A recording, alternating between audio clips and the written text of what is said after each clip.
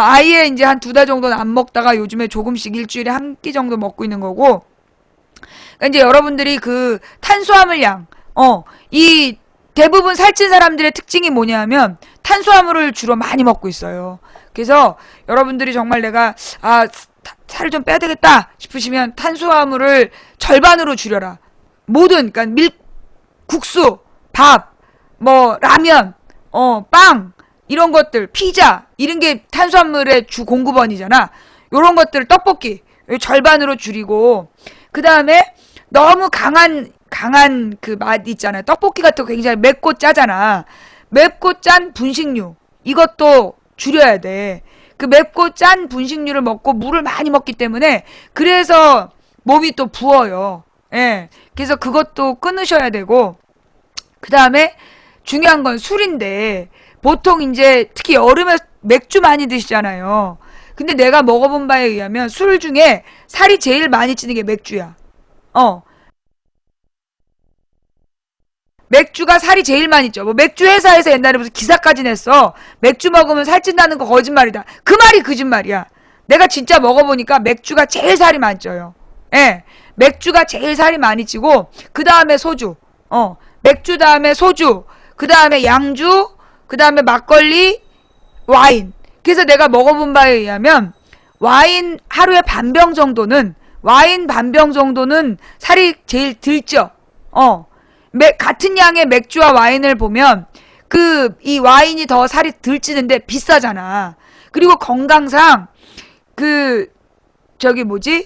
술을 많이 안 먹는 게 좋아요. 예. 이 와인이나 막걸리 같은 경우도 와인도요. 너무 비싼 거 먹을 필요 없어. 너무 비싼 우리나라는 와인값이 원산지 가격의 10배래잖아. 미친 거야. 와인값이. 그러니까 그렇게 와인을 비싼 거 주고 먹을 필요 없고요. 저 같은 경우에는 그냥 뭐 한 병에 4,900원짜리 스페인 와인 이런 거 먹어요. 6,900원짜리, 4,900원짜리. 그런 거 일주일에 반병 정도 괜찮아요. 그 정도는. 근데 특히 막걸리 먹으면서 기름진 안주는 안 돼. 막걸리를 막 밤에 잠자기 전에 먹고 그러면 안 좋아요. 막걸리는 주로 보니까 낮에 먹어야 돼. 낮에. 해가 있을 때 주로 이 막걸리의 용도가 뭐였냐면 옛날에 농사 지을 때 막 덥고 땀 흘리는 사람들이 막걸리를 마시면서 일을 했잖아요. 네. 네. 그러니까 그 막걸리는 그런 어떤 노동을 많이 할 때 에너지원도 되고 속도 든든해지면서 일을 할 때 먹던 게 막걸리였던 거고 근데 보니까 이 막걸리의 가장 좋은 안주는 김치예요. 막걸리 먹고 살이 안 찌려면 절대 다른 거 먹지 말고 그냥 신김치에 막걸리 그거는 뭐 조금 먹어도 돼. 그러니까 막걸리도 한 병 이상 먹으면 안 되고 장수 막걸리 한 병에 신김치 그 정도는 살 안 쪄. 근데 이제 이 맥주는 굉장히 이게 맥주가 짭짤한 안주를 원해. 이게 습관이 돼가지고. 근데 이 맥주를 마시면서 짭짤한 안주 그게 주로 살찌는 원인이야. 치킨의 맥주가 제일 나쁜 거고 우리 건강에.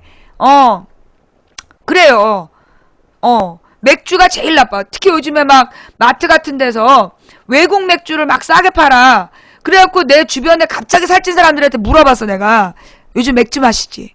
그랬더니 그렇다고. 왜냐하면 외국 맥주를 500ml짜리를 요즘에 마트가 모르는 맥주들이야. 난 잘 모르는 맥주들인데 가만있어 보자. DCC로 시작하는 영어님 팬가입 감사하고요. SKD님 감사하고요.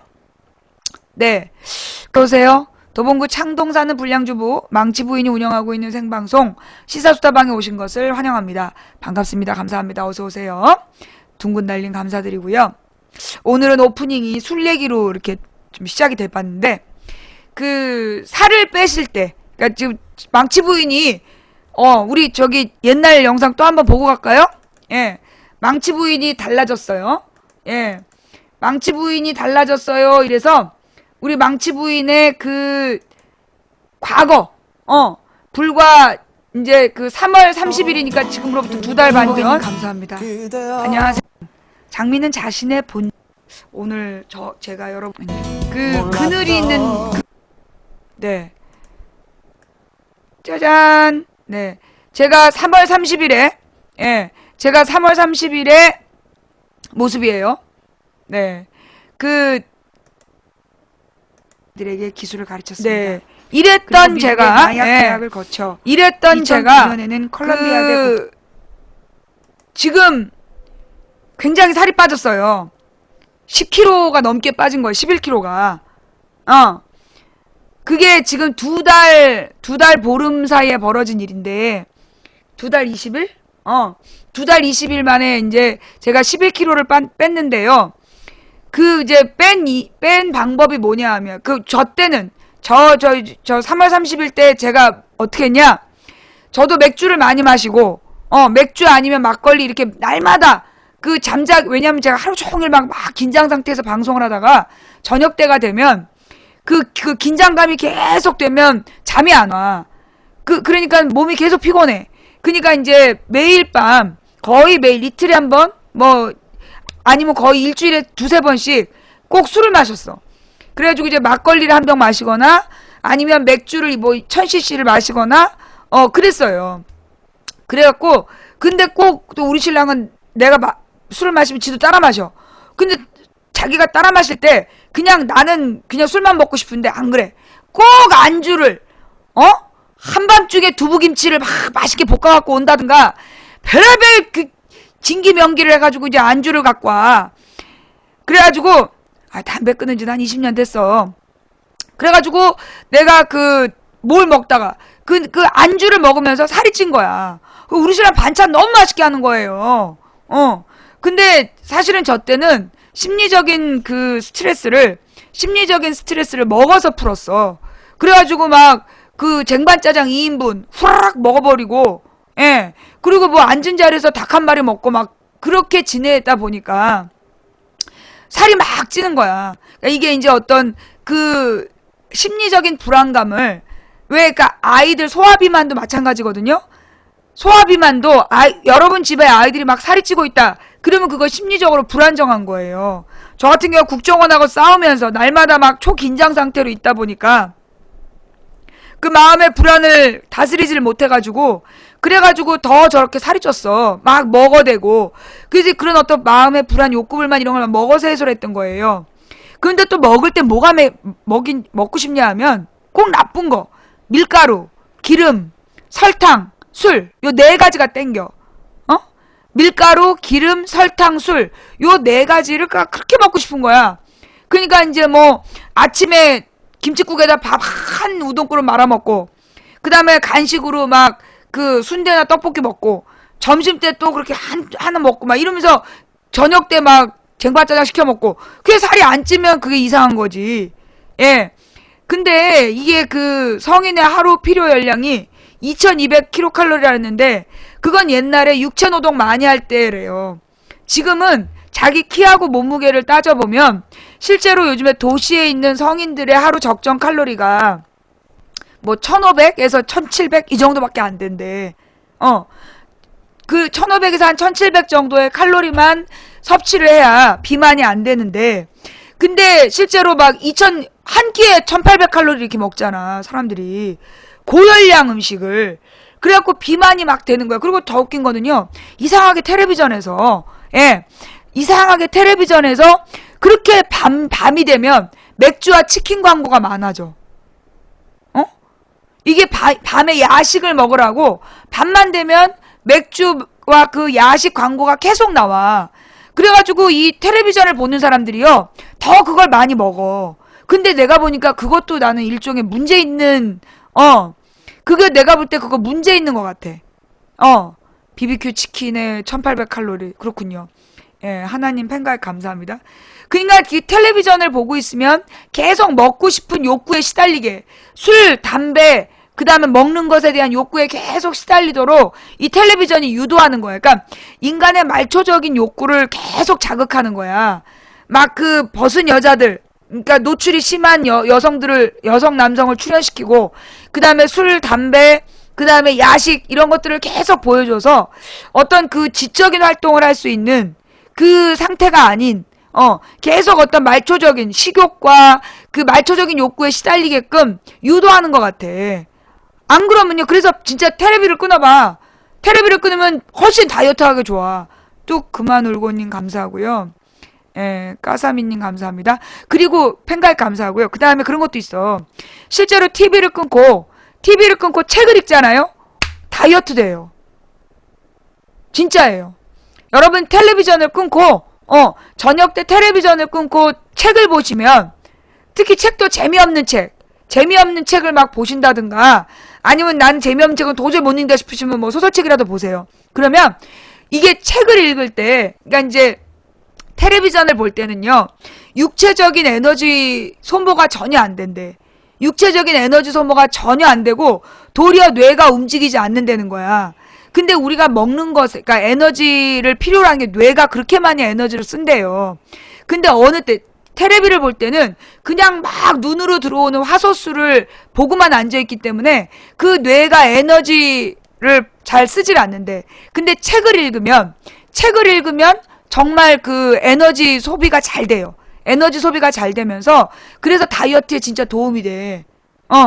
예, 성시경 조아님, 벼하늘 보리님, 둥이님도 감사합니다. 네, 그래서 진짜 내가 해보고 얘기하는데, 다이어트를 하시려면 우선 밀가루 끊어야 돼. 밀가루가 탄수화물 중에 살을 제일 많이 찌게. 밀가루. 그 다음에 기름기, 가령 튀김, 뭐 통닭 이런 거 아주 안 좋아. 기름을 끊어야 돼. 그 다음에 설탕이 많이 들어있는 거, 아이스크림이라든가 뭐 이렇게 시럽 잔뜩 들은 라떼라든가 이런 거, 이거 끊어야 돼. 마지막으로 술을 끊어야 돼. 근데 정말 내가 술을 좋아하는 사람이다. 근데 지금 현대인들이 대부분 너무나 하루 종일 뭐라 그러나 지나친 그 스트레스에 시달리기 때문에, 그래서 특히 이제 그리고 왜 혼자 사는 그 1인 가구가 많이 늘었잖아. 아니면 부모님하고 같이 살아도 어떤 대화가 많이 안 되잖아. 그런 친구들이 밤에 술을 많이 마셔요. 그러면서 이제 술이랑 간단한 안주라고 먹는데 마른 오징어, 그것도 열량 엄청나. 그래서 이 맥주와 이렇게 그 과자라든가 뭐 이런 것들을, 뭐 맥주와 치킨 이런 거 먹으면서 살이 계속 찌는 거야. 그래서 우리가 이제 그 술을 끊는 게 필요한데, 그러려면 내가 해보니까는 뭐가 필요하다. 독서. 술을 안 마시려면 책을 읽어야 돼. 정말 웃기는 거는요, 내가 해보면 진짜 요즘에도 그래. 테레비를 보면 술이 마시고 싶고, TV를 안 보면 책이 읽고 싶고. 진짜예요. 정말 여러분도 한번 해보세요. 내가 매일 여러분 스스로가 일주일에 2-3번 이상 술을 마시고 있다. 근데 술을 마시면 꼭 취한다. 취해서 필름이 끊길 때까지 마신다 싶으면 그건 문제 있는 거야. 그 알코올 의존증이라래요. 알코올 의존증인 게 알코올 중독으로 가는 전 단계야. 근데 그게 그 알코올 중독이라는 게 많은 양을 마셔야 되는 게 아니야. 미세한 양이라도 계속 먹으면 되는 거거든. 그러니까 내가 정말 술 때문에 문제가 있다 싶으신 분, 작심하고 진짜 TV 끄고 책을 읽자. 그러면 정말 TV 끄고 책을 읽으면 정말 술이 안 생각나요. 빨리 잠이 오기 때문에 빨리 잠이 오기 때문에. 그리고 잠을 충분히 자도 살이 빠져요. 예. 그 현대인들이 보통 1시, 2시까지 깨있다가 늦게 자고 아침에 굉장히 피곤하게 일어나잖아. 그게 또 살을 찌게 해. 예. 그게 또 살을 찌게 하는 거야. 그러니까 그 저녁 때 적어도 8시 이전에 하던 일을 멈추고, 그 다음에 이제 9시 정도까지 씻고 나와서 9시부터 책을 펴. 항상 시간 정해서. 그러면 이제 10시 이전에 잠이 와. 그럼 이제 10시부터 잠을 자. 그러면 10시부터 다음날 6시까지만 자더라도요, 살이 정말 빠져요. 이게 수면이 되게 중요해. 그러면서 이게 건강해져. 그러면서 식사에서 밀가루, 기름, 설탕, 술, 요 4가지를 빼고, 그리고 주로 뭘 먹는다. 기를 쓰고 채소를 먹어야 돼. 정말 채소를 많이 먹는 사람의 특징이 뭐냐? 동안이야. 채소를 많이, 적게 자면 살쪄요. 수면 부족도 살이 쪄. 그래서 무슨 수로든지 채소를 많이 먹어야 돼. 채소를 많이 먹으면서, 소금을 너무 안 먹으면 안 되니까 김치를 조금 먹으면서 채소를 많이 먹어주는 거. 그게 건강해지는 지름길이다. 제가요, 한 일주일 정도를 채소를 안 먹어봤더니 피부 색깔도 달라지고 확실히 피부에 윤기가 안 나더라고. 진짜. 이랬던 망치 부인이 사회복지대학원에서 예, 이랬던 망치 부인이 이렇게 바뀌었어요. 이 두 달 20일 동안에 두 달 20일 동안에 제가 11kg를 뺀 거예요. 11kg를 뺐어. 그래서 이제 살이 되게 빠진 거고요. 고기를 먹고 싶으신 분은 그 기름기를 일단 빼야 되니까 수육 상태가 제일 좋아. 보쌈 같은 거 있잖아요. 삶은 고기. 이 고기를 단백질로 삶아서 먹는 거. 그게 제일 좋아요. 네. 머리가 더, 네, 다이어트상. 내가 매일매일 방송 안 했으면 아마 성형설도 나왔을 거야. 예. 근데 저는 특히 이제 삶은 달걀을 먹고 싶은데, 삶은 달걀이 맨날 깨져. 삶은 달걀이 맨날 깨지고, 무엇보다 삶은 달걀을 먹으려면, 뭐 한 20분 정도를 삶아야 되잖아요. 16분 이상 20분 정도를 삶아야 달걀이 삶아지잖아. 근데 마트를 갔더니 요렇게 그 두 개가 붙어 있는 실리콘으로 된 달걀 요리하는 아이디어 상품이 있더라고요.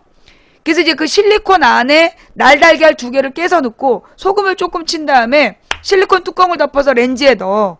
그럼 실리콘 뚜껑이 완전히 밀폐된 게 아니라서 공기가 유통이 되면서 한 1분 30초 만에 삶은 달걀처럼 돼요. 단단하게. 저 그거 먹어요.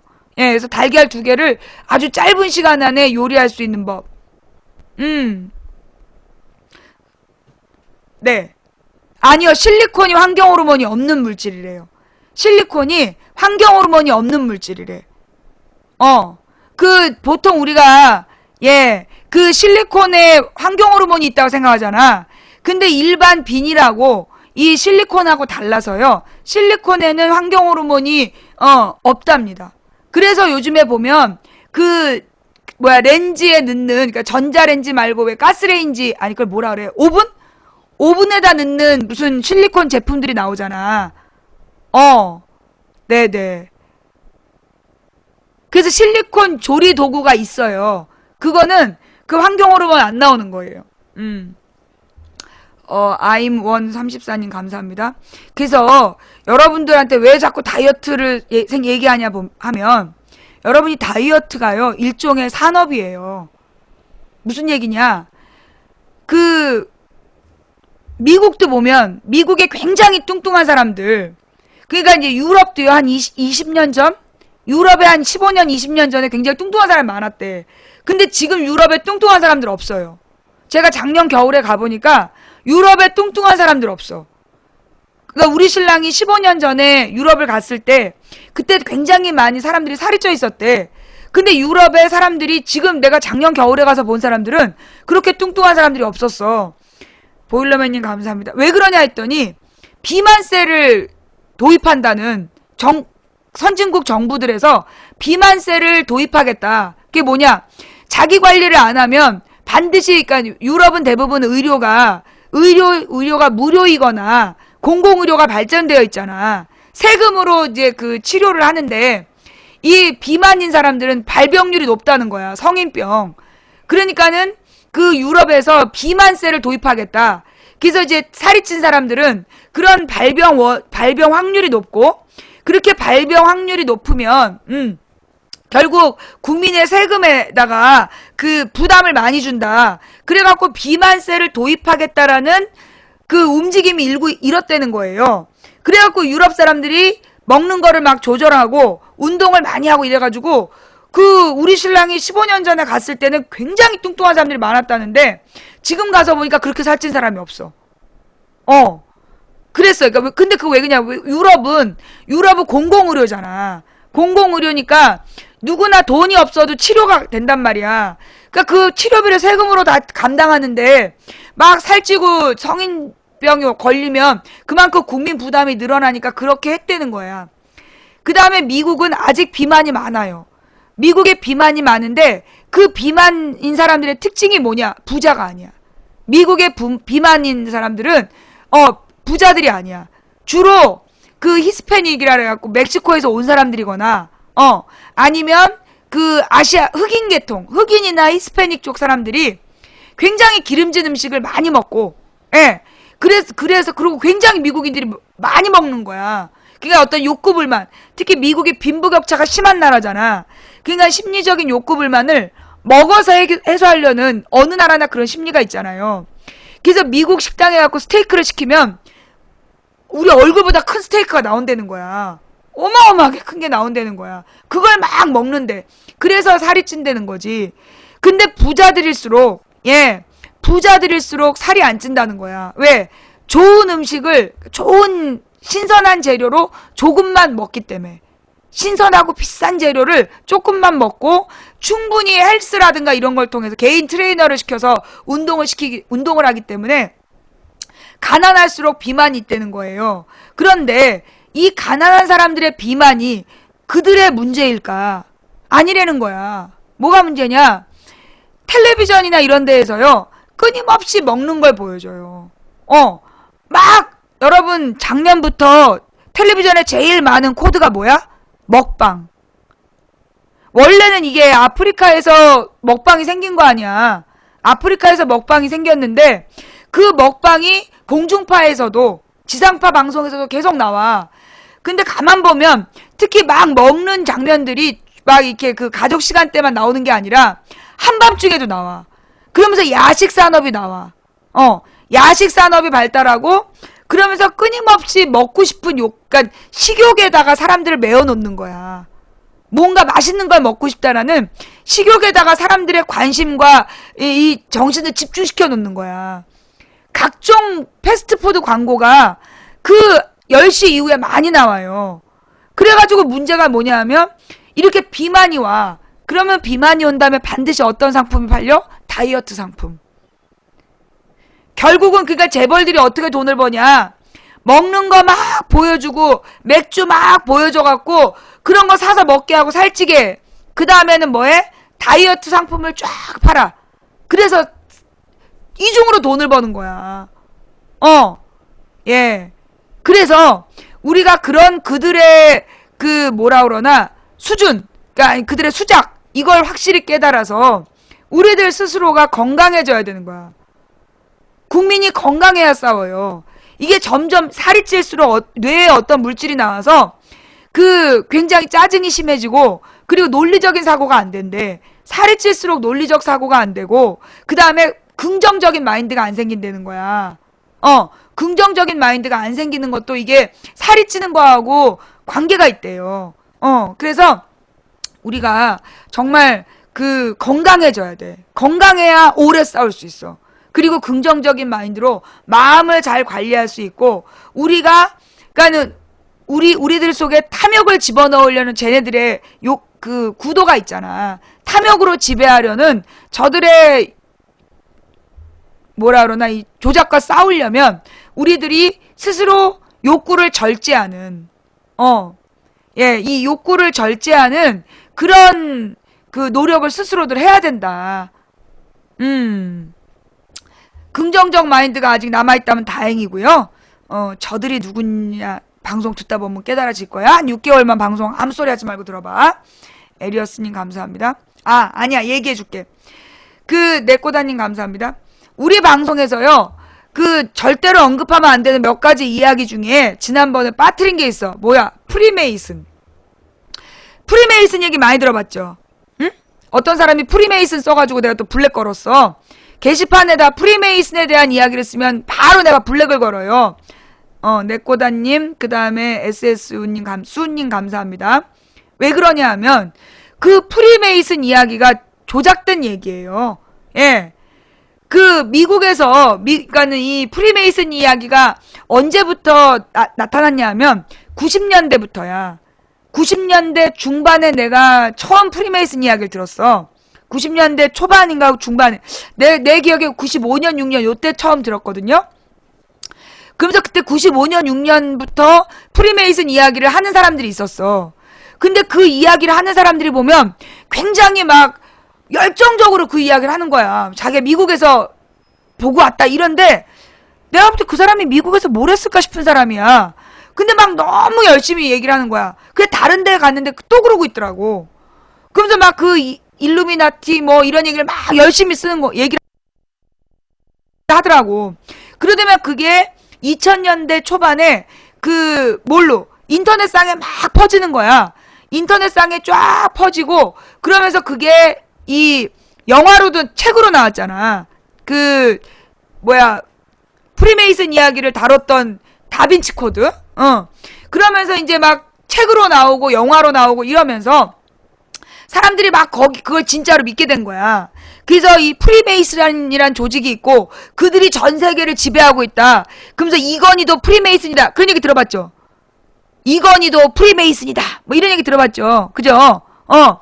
그러면서 막 뭔가 굉장히 음모적이고 뭔가 무서운 어떤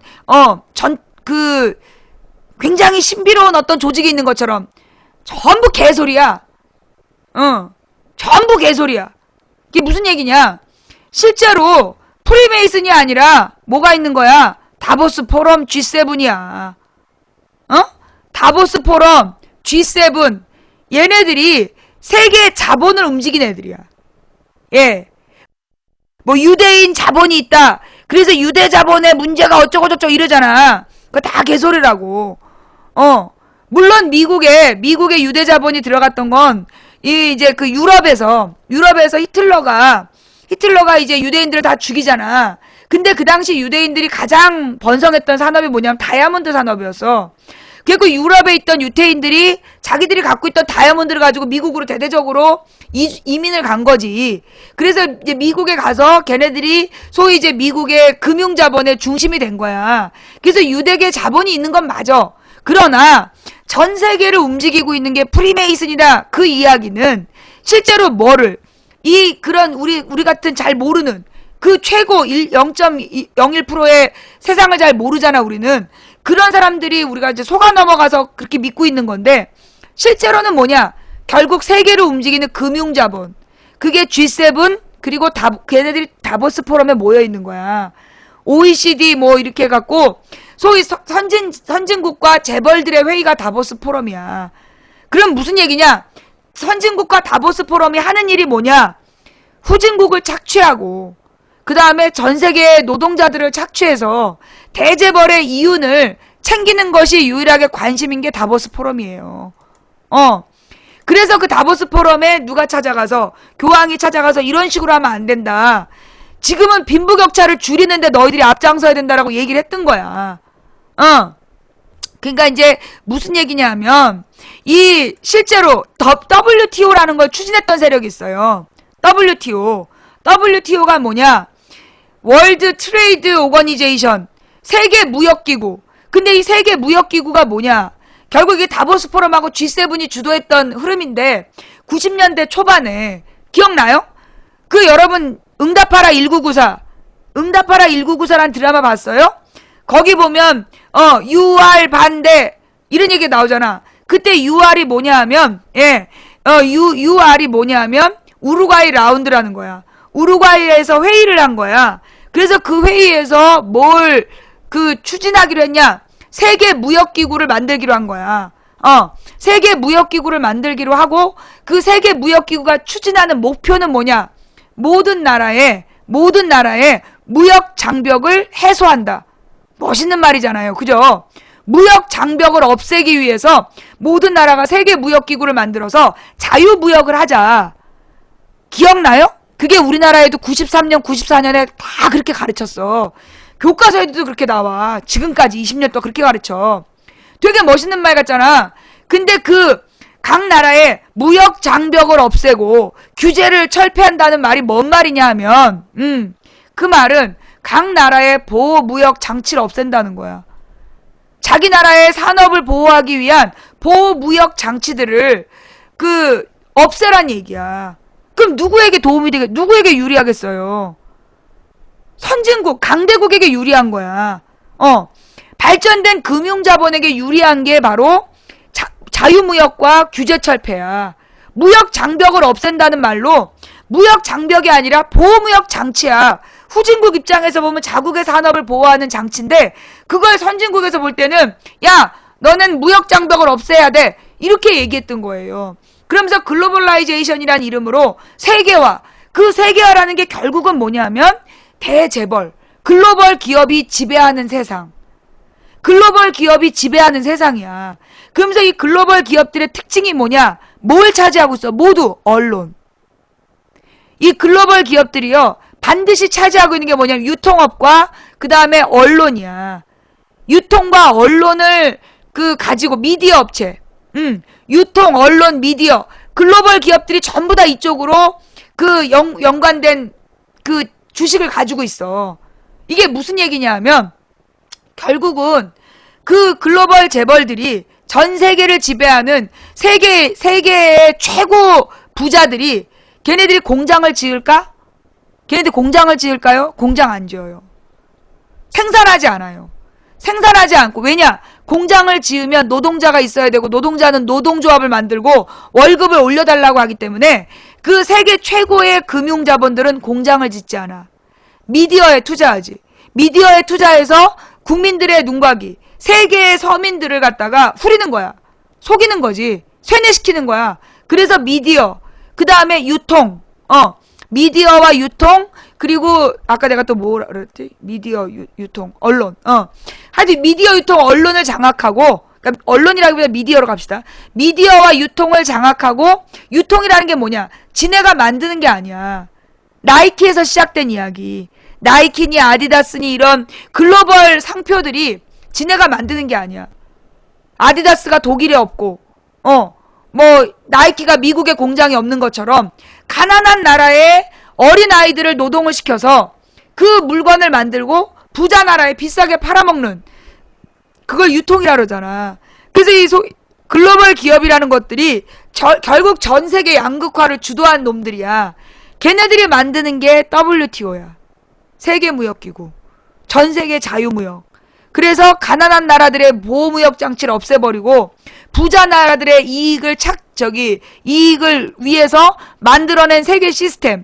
근데 이걸 가난한 사람들이 막 깨달아서 이게 가난한 후진국의 서민들이 그걸 깨달아가지고 야, 너네 부자 나라야, 너 왜 우리나라에서 뺏어먹냐, 이러면 곤란하잖아. 그래서 만들어낸 이야기가 프리메이슨. 예.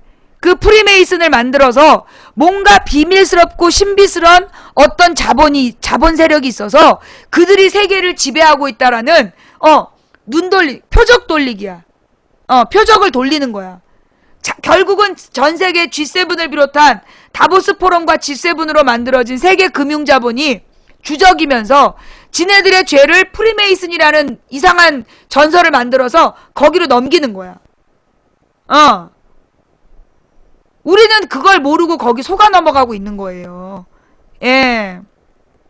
그게 결국은, 그래서 그 글로벌 기업들이 미디어를 다 쥐고 있는 이유야.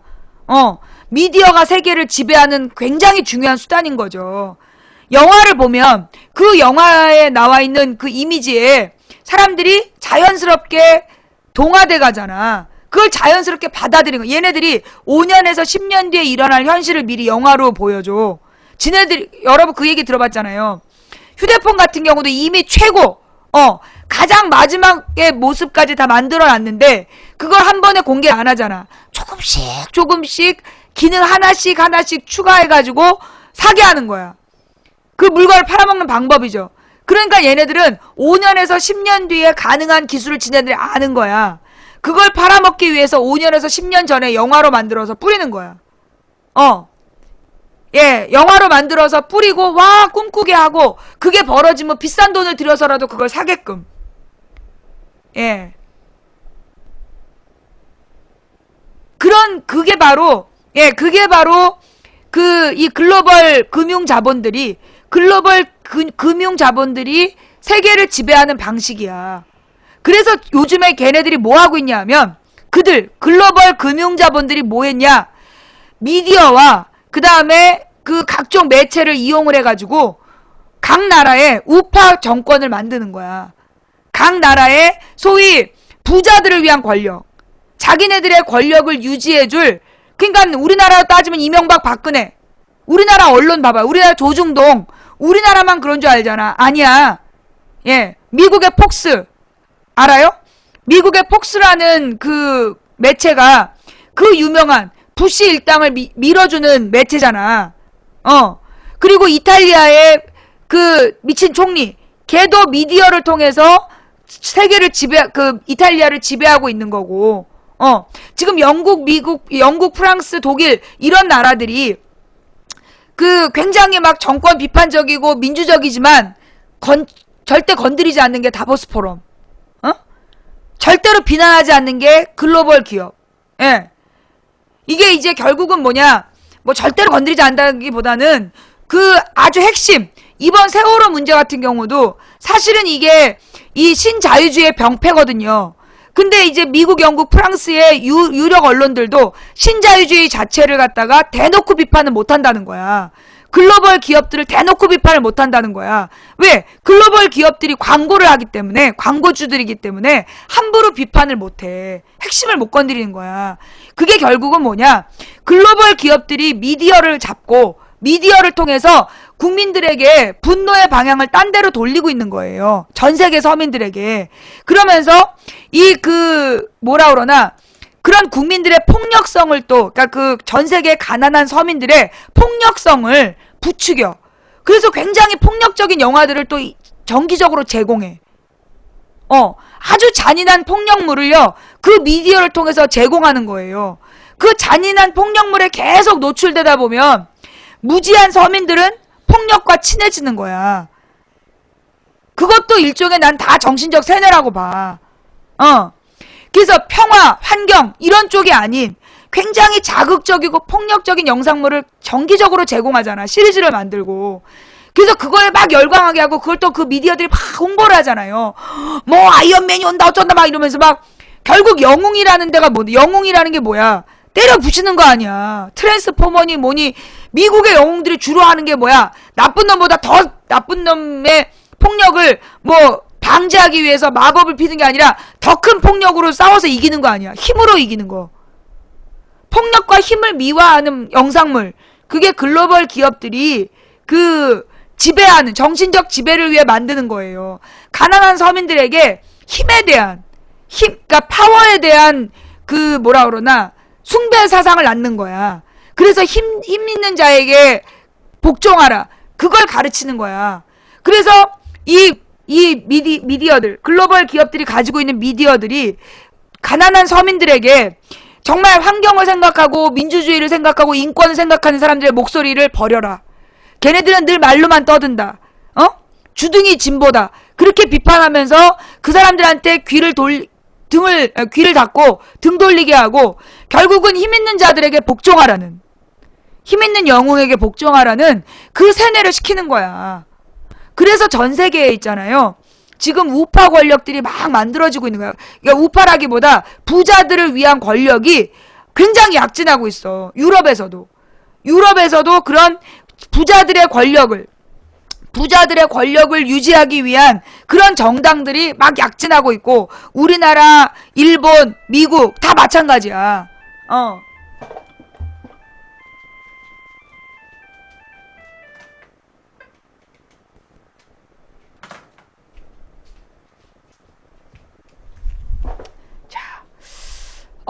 그래서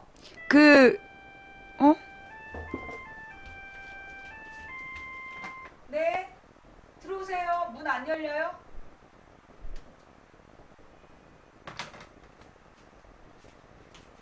왜 저러지? 문이 안 열리나?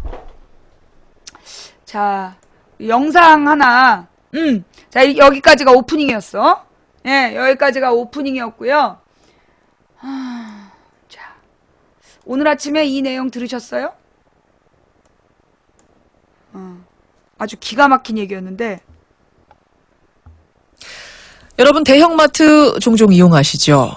그런데 이 대형마트의 직원들이 감정노동의 가치를 인정해달라 공개적으로 요구하고 나서서 화제입니다. 이들 말에 따르면 먹다 남은 수박을 들고 와서 당도가 떨어지니까 바꿔달라고 욕을 하는 손님부터 눈빛이 기분 나쁘다면서 사과를 요구하는 손님, 뭐 등등등 정말 다양한 사례들이 쏟아진답니다. 사실 지금까지 콜센터 직원들의 감정노동 이야기는 자주 전해드렸습니다만 과연 대형마트에서는 어떤 일이 벌어지고 있는 걸까요? 마트 매장에 근무하는 직원 한 분의 사례를 직접 연결해서 들어보죠. 신원보호를 위해서 익명으로 연결을 합니다. 나와 계십니까?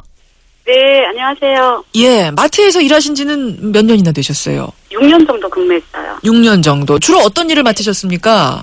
캐셔 쪽, 처음부터 캐셔 파트 쪽이었어요. 캐셔라면은, 그러니까, 계산하는. 계산대 하고 고객센터 그쪽으로 같이.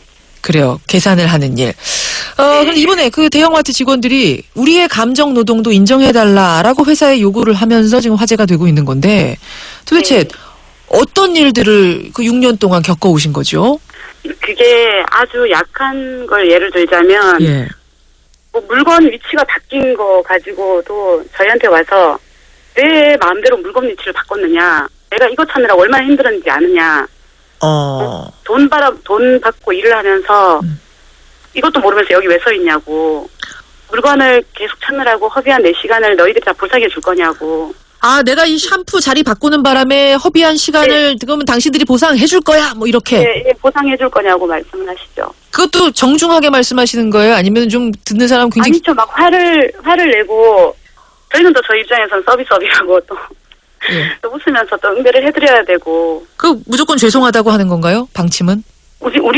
저희는 무조건 죄송합니다. 잘못한 게 없어도 무조건 죄송합니다. 저희는 그렇게 교육을 받고 있고요. 무조건 죄송합니다. 자, 그런 예가 있고요. 네. 또 어떤 것들 겪으셨어요? 그리고 뭐 예를 들어서 체크카드 같은 경우에는 은행 업무에 따라서 주말이 끼고 하면 환불을 하러 오셔도 바로 그 환급이 안 되는 경우가 있어요. 취소가 안 되는 경우가. 그 기계에다가 환불 처리를 해도 소비자한테 바로 돈이 그렇죠. 들어가지 않는다는 거죠. 체크카드 같은 경우에는 그렇게 돼 있습니다. 예. 그거는 그분이 그렇게 설명을 계속 드려도 니네가 내 돈 가르친 거 아니냐. 내 돈 먹고 왜 오리발이냐. 빨리 돈 내놔라. 네가 여기 뭐 한다고 서 있느냐고. 말도 못 알아듣는 게 여기 왜 서 있냐. 높은 놈 나오라 그래. 그렇게 말씀을 하시거든요. 네가 뭘 알아듣느냐. 높은 사람 네. 나오라고 해라. 제일 마음 아팠던 일을 꼽으라면 어떤 일 떠오르세요? 네, 제가 응대를 남자분 한 40대 중후반쯤 되신 것 같아요. 예. 그분이 교환 환불이나 그런 거에 대해서 항의를 하시면서 높은 사람 부르라고 얘기를 하니까 저한테 연락이 온 거예요. 그래서 제가 갔더니 예. 아래 위로 훑어보시면서 야, 네가 제일 높아? 딱 그러시는 거예요. 아닙니다. 제가 제일 높은 건 아니지만 지금 현재 제가 여기 담당을 하고 있는 사람이라고 뭐 불편하신 점 있으세요? 말씀해 주세요라고 하니까 예. 야, 너 말고 네가 내가 지금 얘기를 하면 네가 내가 하는 말에 대해서 모든 걸 다 책임질 수 있는지 대답해봐. 잠깐만, 이거 다 반말로 지금 얘기하는 건가요? 그렇죠. 반말이죠. 반말은 기본입니까? 그럼요. 저희들은 끝까지 웃으면서 얘기를 해야 돼요. 그 예. 과정에서도. 예. 그게 왜냐하면 저희가 만약 화를 냈다든가 인상이 약간이라도 일그러진다면 그거는 더 큰 화로 돌아오거든요. 제가 응대를 또 못한 거에 대한 질책을 받게 되는 거죠. 또 다른 문제가 발생하는 거군요, 그러니까. 그렇죠. 2차적인 문제가 또 발생을 하는 거예요. 반말을 하든 계속 욕설을 웃어야- 하든 계속 웃어야 되는. 그러면서 그분이 계속 얘기를 했음에도 불구하고 이게 뭐라는 거냐면서 확 다 불질러 버린다. 그러면서 손으로 이렇게 약간 이렇게 하시는 포즈를 취하시면서 예. 확 쑤셔 버린다고. 예? 저한테 제가 그때 엄청 많이 울었었어요.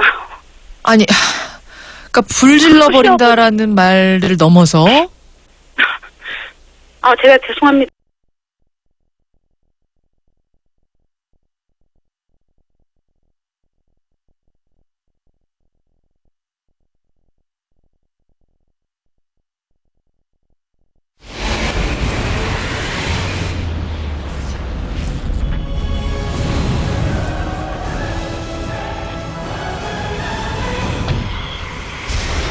네.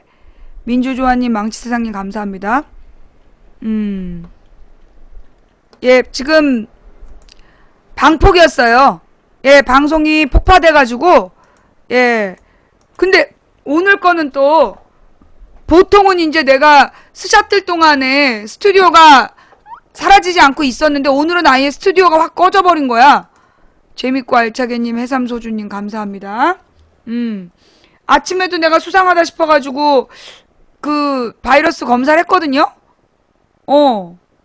왜 이런지 모르겠어요. 예, 매일 우리는님, 묻지마님, 또또또치님, 5045님, 베레 우주인님 감사합니다. 피스러브님 감사하고요. 네. 그리고 지금 굉장히 속도가 느려졌어. 푸른 군뱅이님 감사하고요. 그러니까 이 컴퓨터가 2011년 11월에 만들었어요. 12년, 13년, 2년을 꼬박 그 하루에 20시간 이상 일을 한 컴퓨터야. 얘가 점점 더 막 낡아가는 것 같아. 창파님, 광해의 꿈님, 쭈니은이님, 해삼소주님, 푸른곰뱅이님 감사합니다. 예. 그러니까 지금 바이러스로는 감지 안 되면서 조금 아까 무슨 이지 머시기라는 게시판이 쓰는데 그게 왜 떴는지 모르겠어. 예. 업그레이드. 그러니까 일단 이게 컴퓨터가 이 컴퓨터가 너무 오래돼가지고 원래 한 1년에 한 번씩 바꿔줘야 돼. 예, 앞산노올림 감사합니다. 그래서 내가 2012년 6월에 이 컴퓨터 하나를 새로 마련을 했는데 이 컴퓨터가 이상하게 아프리카하고 충돌을 하면서 아무리 뭘 바꿔봐도 그 잡음이 들리는 거야, 생방송을 하면. 마이크를 연결하면 계속 잡음이, 아무리 마이크를 바꿔봐도 계속 잡음이 드는 거야. 그러니까 사운드 카드에 뭐가 잘못됐대, 그게. 그리고 뭐 사운드 카드를 깔아도 안 되는 거야. 그래서 이제 지금 12년 뒤로는 겁이 나가지고 이거 만들 때도 180만 원 들여서 만들었어요. 지금 쓰고 있는 것도 180만 원짜리야. 근데 컴퓨터를 만들어도 계속 안 되니까 겁이 나서 새 컴퓨터를 못 만들고 있어. 사운드 카드의 잔류 전기 문제예요. 그렇군요. 나는 왜 이렇게 비싸게 하냐면 보통 사람들이 윈도우를 그냥 이렇게 무슨 CD 이렇게 조립 업체에서 깔아주는 걸 쓰잖아. 나는 매번 정품을 사. 매번 정품을 사는데 지금 이 컴퓨터는 35만 원짜리 정품 윈도우가 깔려 있고 이 컴퓨터는 같은 이거보다 조금 고사양인데 15만 원짜리 왜 홈 프리미어가 깔려 있어요. 근데 이 홈 프리미어랑 사운드 카드가 안 맞는 건지 네. 싹 밀고 다시 깔아봤지. 그걸 안 해봤겠어? 메인보드도 바꿔봤는데 별걸 다 해도 안 돼. 예. 그래가지고 지금 또 컴퓨터 하나를 조립해야 되는 상황인데 믿을만한 조립할 때가 있냐 말이지. 그게 지금 또 고민이야. 또 아프리카에 무슨 어떤 방장한테 부탁하라고 막 그랬는데 그러다가 컴퓨터에 문제 생기면 또 그 방장님한테 얼마나 또 온갖 비난이 몰아치겠어. 아니 그래서 이게 아무나 안 돼요. 내가 내 컴퓨터 이거 2대 해준 사람들이 나름 굉장히 뭐 공대 나오고 이걸로 꽤 유명한 사람들이 한 건데도 내 컴퓨터는 워낙 해킹이 많이 되잖아. 실시간으로 해킹이 되고 있다 보니까 이 사람들도 감당을 못 하더라고. 그래갖고 다시 조립해달라면 막 거절해. 연락이 안 돼. 그래서 이러고 살고 있어. 예, 차번호님 감사합니다. 백신은 그냥 알약 써요. V3하고 알약 중에 알약이 더 잘 잡는다 그래가지고 알약을 쓰고 내가 어베스트인가 있지. 어베스트 외국 거 그거 유료로 3만 원인가 주고 신청을 했는데 돈만 띄어먹고 안 됐어. 돈만 띄어먹고 그리고 어베스트가 안 깔리는 거야. 뭐가 거절이 된다는지. 그럼 돈을 줘야 될 거 아니야. 근데 그때 카드 결제를 했기 때문에 카드를 취소가 됐는지 돈은 안 나간 것 같더라고. 그게 35,000원. 내 돈 결제를 했는데 카드로 안 나간 것 같아. 카드 값이 안 나가고 왜냐하면 안 깔렸어. 카드 결제를 했는데 안 되더라고. 이 컴퓨터에서. 그러니까 내 컴퓨터는 뭔가 하여튼 문제야. 내 컴퓨터는 항상 뭔가가 이렇게 뭐가 안 맞아. 그러니까 그러려니 하고 살아요. 자, 어서오세요. 망치 부인입니다. 지금 또 제 거 보니까 이쪽 조그마까 우리 방송이요. 방폭이 있었습니다. 네. 방폭이 있어가지고 여러분들 또 놀라셔갖고 막 문자 보내신 분들 계시는데요. 여러분이 튕기신 게 아니라 방폭이었던 거예요. 네. 방폭이었던 거예요. 자, 지금 망치 부인님 저만 그런가요? 방송이 끊겼어요. 지금 방송이 아니라는데. 예. 자, 자, 그 제가 이제 아까 이야기가 뭐였냐면 아까 제가 방송 끊기기 전에 했던 이야기가 뭐냐. 소위 글로벌 금융 기업이 글로벌 금융 자본들이 전 세계 미디어를 장악하고 그 서민들을 세뇌시킨다. 굉장히 폭력적으로 세뇌시킨다. 그런 얘기 했죠. 세뇌시키고 막 그 식욕이라든가 성욕이라든가 1차적인 욕구에 매여놓고 그리고 이렇게 굉장히 폭력적인 영상물로 그들에게 폭력을 세뇌한다. 그런 얘기를 했잖아요. 기억나요? 그리고 난 다음에 제가 이 그 김현정 뉴스쇼를 들려드린 거예요. 예. 김현정 뉴스쇼를 들려드리면서 우리가 아까 한 6분까지 들었나? 여기 4분까지 들었다. 어떻게 그런 말이 나올 수가 있죠? 지금 또 그때 생각이 나시니까 울컥 좀 감정이 네, 복받치시는 죄송합니다. 거죠? 아닙니다. 괜찮습니다. 예. 이게 마치 그러니까 트라우마처럼 남아 있는 거네요. 그 상처가. 그건 평생 간다고 해야 될 것 같은데요. 이거 얼마 전에 언제 겪으신 일이세요? 제가 이게 한 1년 반쯤 된 것 같습니다. 1년 반 전에 일어난 일인데도 지금도 그래서 이렇게. 제가 그 후로는 그냥 무조건 무서운 거죠. 그런 분들 보면은 무조건 피해야 되겠다는 생각이 먼저 드는 거예요. 그렇군요. 예. 이런. 근데 그러고 나서도 그분한테 그런 소리를 듣고도 예. 눈물이 계속 나면서도 다시 업무를 계속 해야 되니까 죄송합니다. 다음부터 조심하겠습니다. 그렇게 하고 마무리를 하지 않으면 그게 끝이 안 나는 거죠. 그렇게 심한 욕설, 이거는 뭐 거의 뭐 폭언 수준을 넘어서 사실 법적으로도 갈 수 있을 정도로 심한 욕설을 그러고 나서 들었는데도. 제가 그분들 높은 분들한테 그랬어요. 제가 왜 이런 욕을 먹고 이 앞부분이 되게 중요한데 처음 다시 들어오신 분들 계시네요.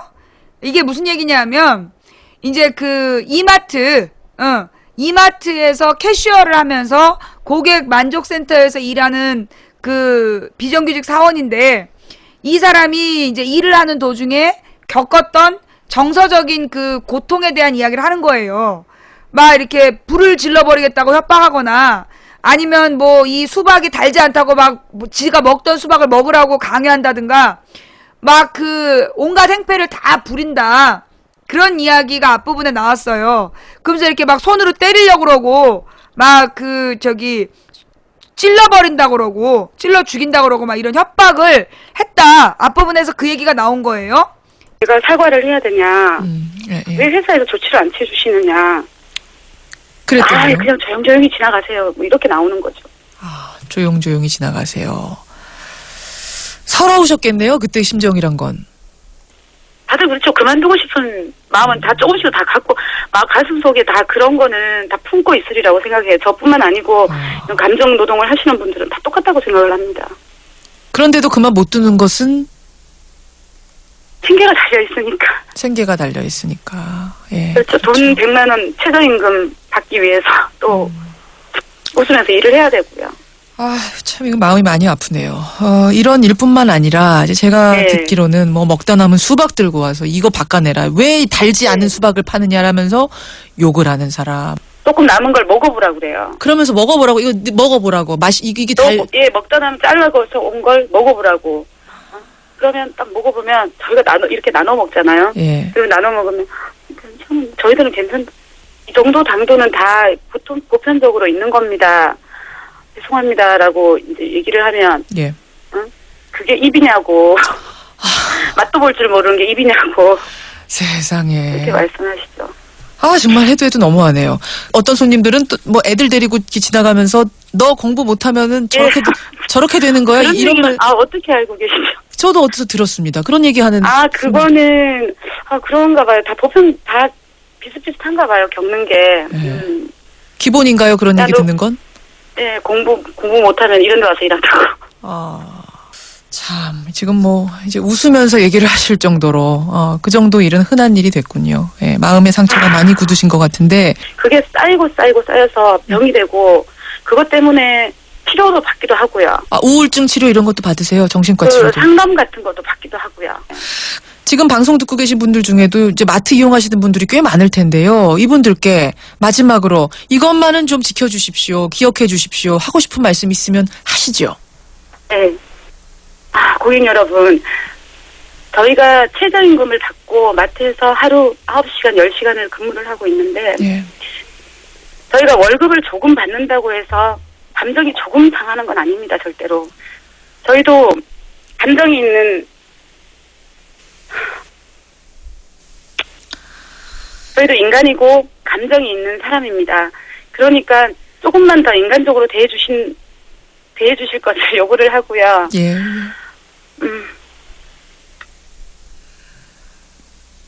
제가 죄송합니다. 예, 지금 감정이 많이 복받쳐 오르셨어요.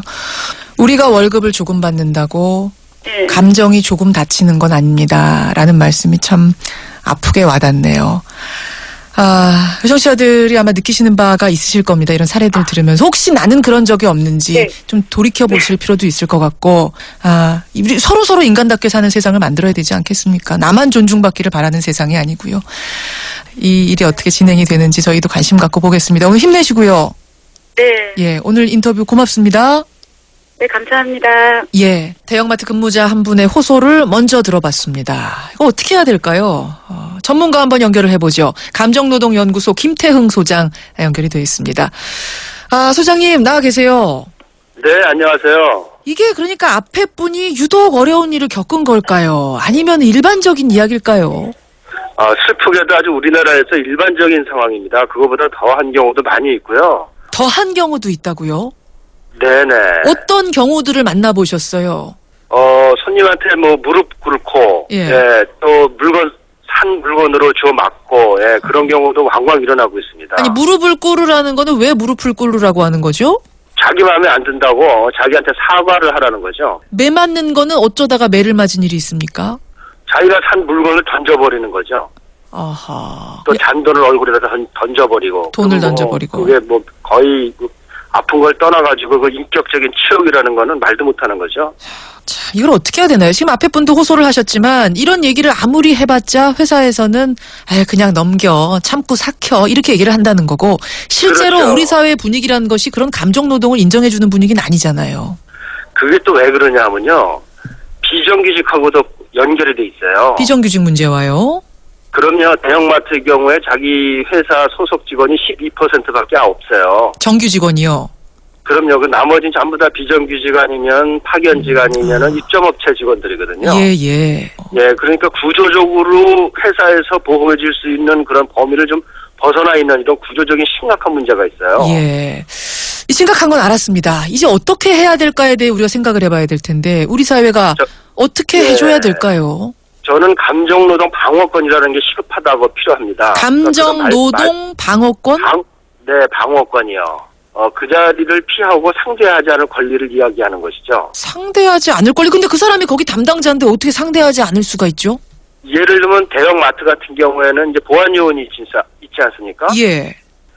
그런 진상 고객은 그런 전문팀을 만들어서 아하. 차단을 시켜줘야 됩니다. 근데 그렇게 되면 이제 회사 이미지 나빠질까봐 지금 회사들이 보안 요원 있어도 그런 데는 안 쓰는 거잖아요. 아니죠. 그 보안 요원이 가서 뭐 험악하게 대하는 게 아니라 예. 그런 전문 요원이 가서 친절하게 하라는 거죠. 그 불쌍한 한 150만 원 받는 비정규직 그 노동자들이 감정노동을 그렇게 심하게 한다는 거는 예. 그거는 그 아주 심각한 문제예요.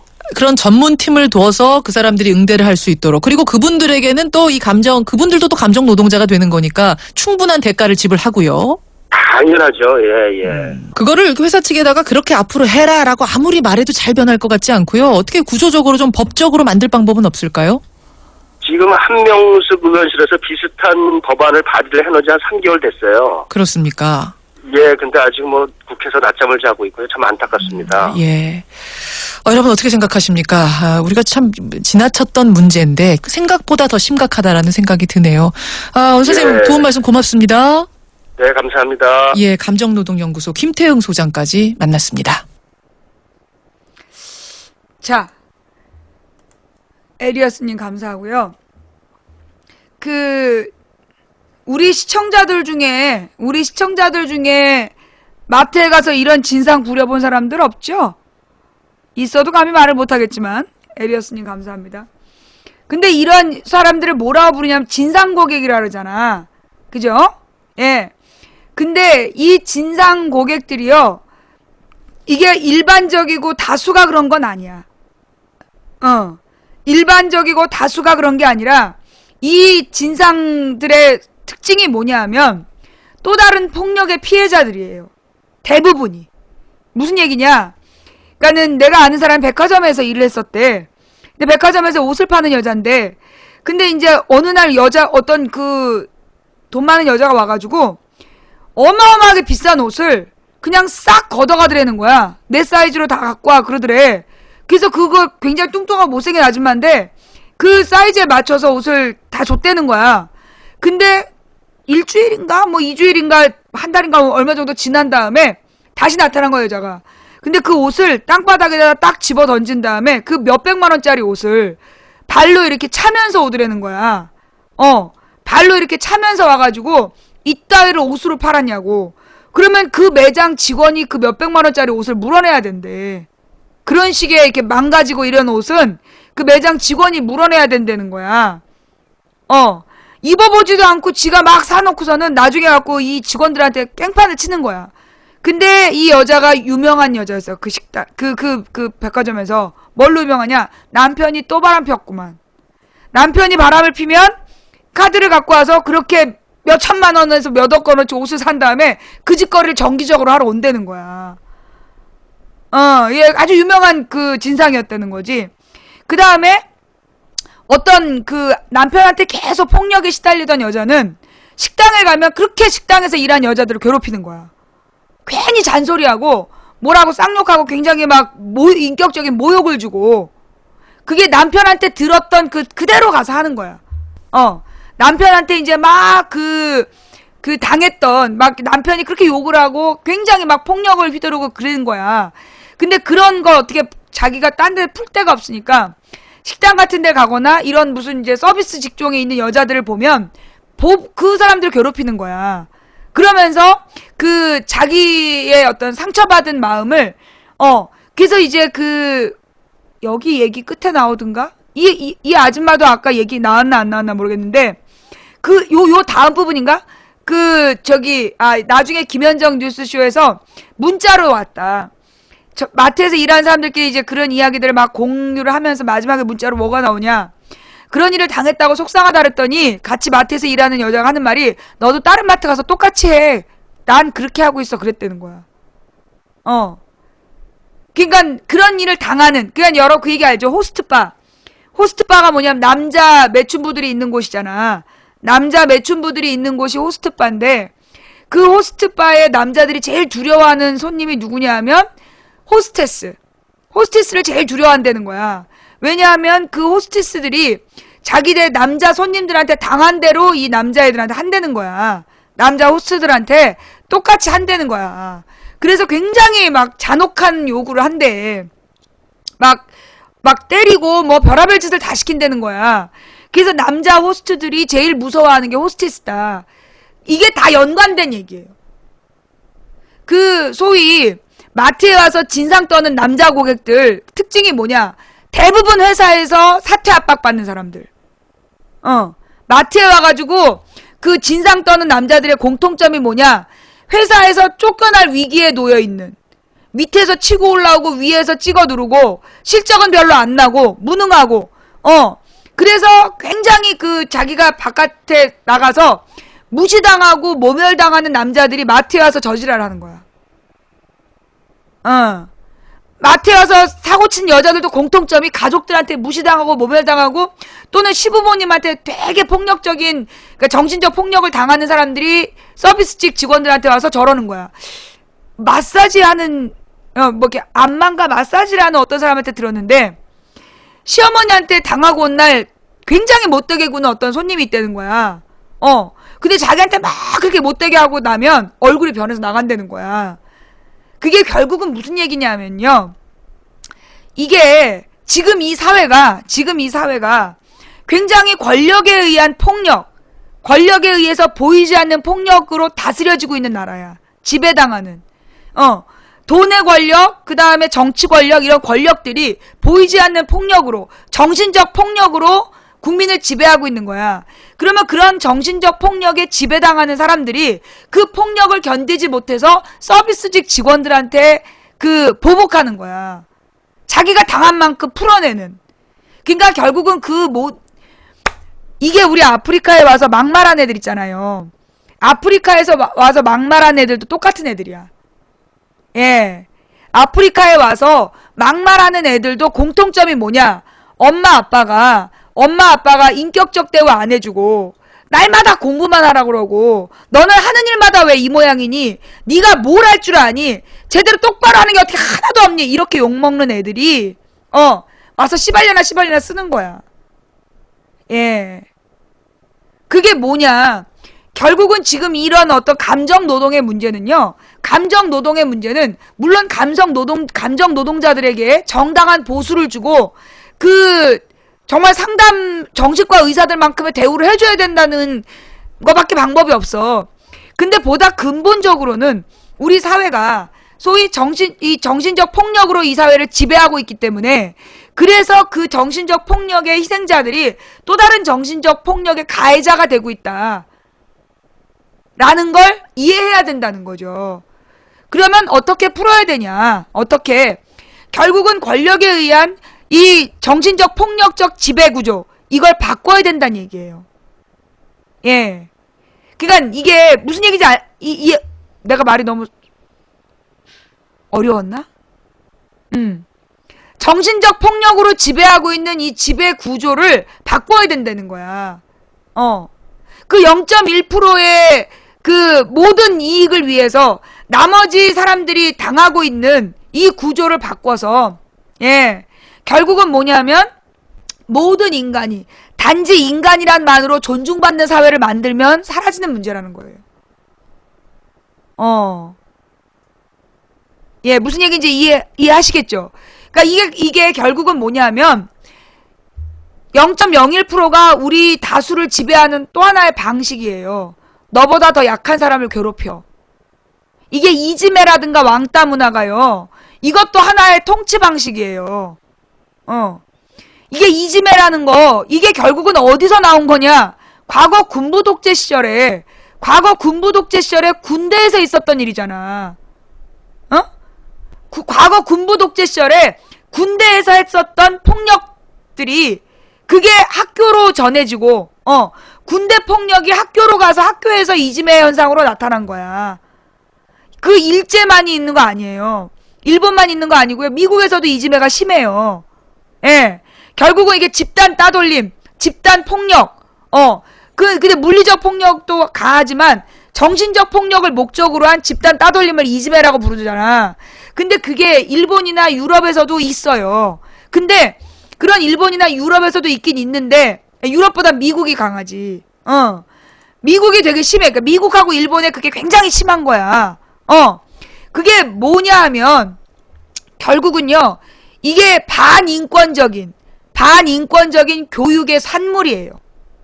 선생들이 애들을 체벌하고 마음에 안 들면 때리고 막 그러잖아.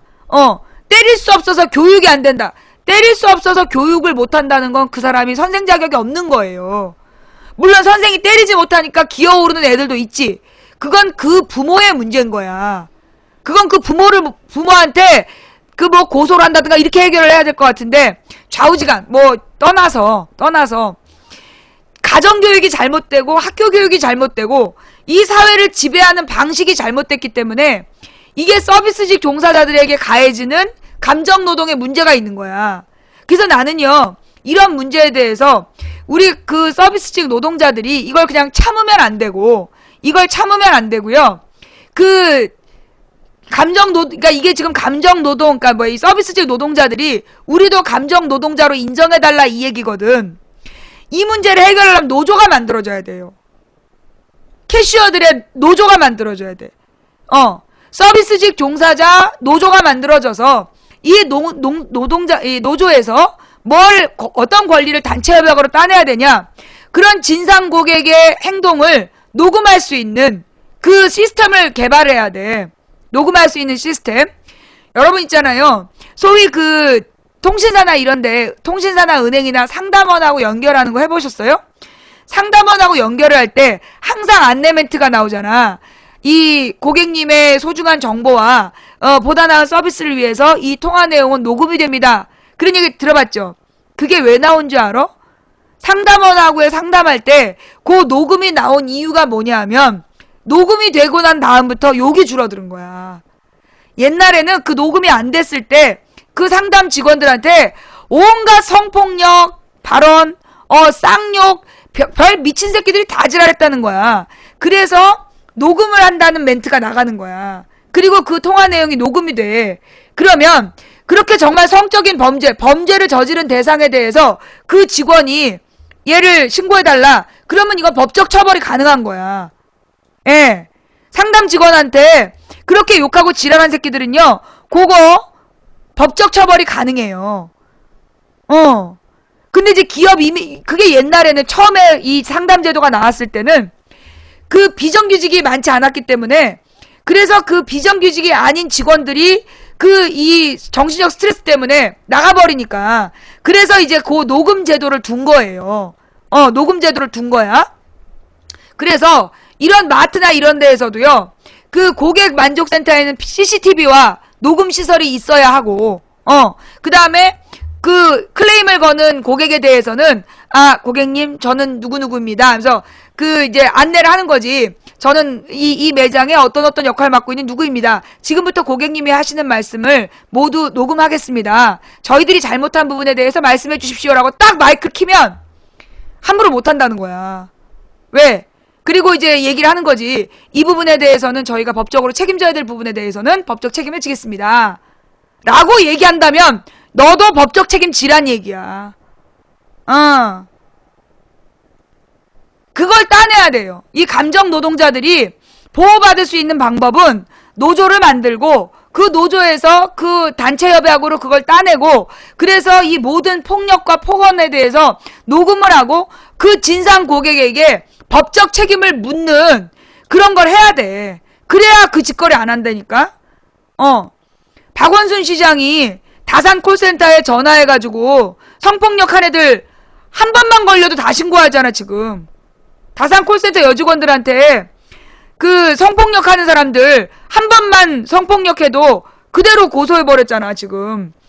그래가지고 대학생도 처벌받고 막 뉴스 나온 거 맞죠? 그렇게 해야 돼요. 녹음을 해도 욕을 하는 거는요, 그 당연한 건데 그 사람한테 알려줘야 돼. 고객님, 지금 고객님의 이 녹음 내용은 고객님도 책임이 있습니다. 욕을 하는 사람한테 그렇게 안내 멘트를 해줘야 돼. 그리고 그 욕을 할 때 참는 사람들 뭐냐 하면 내가 여기서 싸우다가 쫓겨날까봐 참는 거잖아. 그게 문제예요.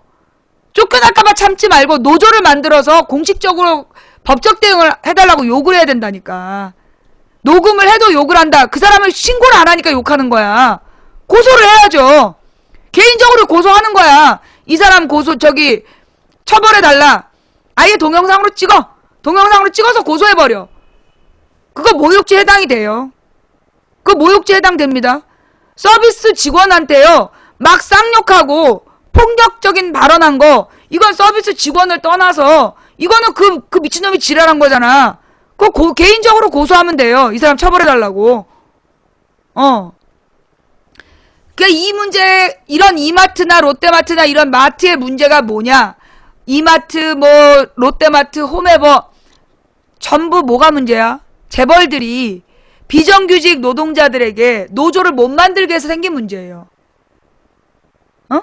이 감정노동 문제는 그 소위 그 감정노동, 그러니까 서비스직에게 진상짓거리를 하는 정말 찌질한 새끼들의 개인적인 인성교육에 부족한 부분도 있겠지만 그들이 그런 짓을 하는 거는 또 다른 정신적 폭력의 피해자야. 그래서 이 피해자들이 폭력의 피해자는 반드시 폭력의 가해자가 돼요. 그래서 이 서비스직 노동자들을 괴롭히고 있단 말이야. 근데 이 문제는 어떻게 풀어야 되느냐? 전 사회가 민주화돼서 인권을 소중히 여기는 그런 사회 풍토가 만들어지는 건 큰 방향이에요. 그렇게 돼야 되고 그 과정에서 구체적으로 이런 비정규직 서비스 노동자들이 조합을 만들고 그 조합의 단체 행동으로 따내야 되는 거야. 그리고 이 조합을 만들어내면 이 조합에 대해서 재벌들이 그 감정 노동자들에 대해서 대우해주지 않는다. 그러면 계속 이걸 혼자 당해야 되는 거잖아. 근데 이런 얘기 하라고 그러면 노조를 어떻게 만들어요? 왜? 노조는 빨갱이다. 그게 걔네들이 그래서 만든 얘기야. 모든 노조는 빨갱이다. 이제까지 여러분들이 노조는 빨갱이다라고 욕을 해서 지금 우리 서비스직 노동자들이 이런 일을 당하는 거예요.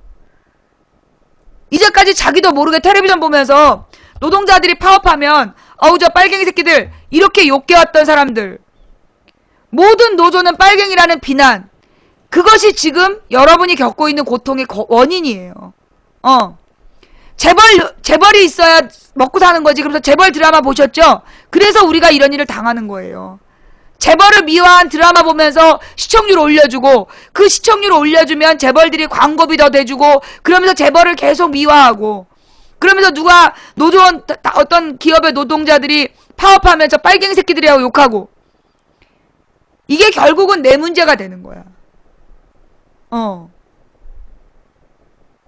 그래서 유럽은,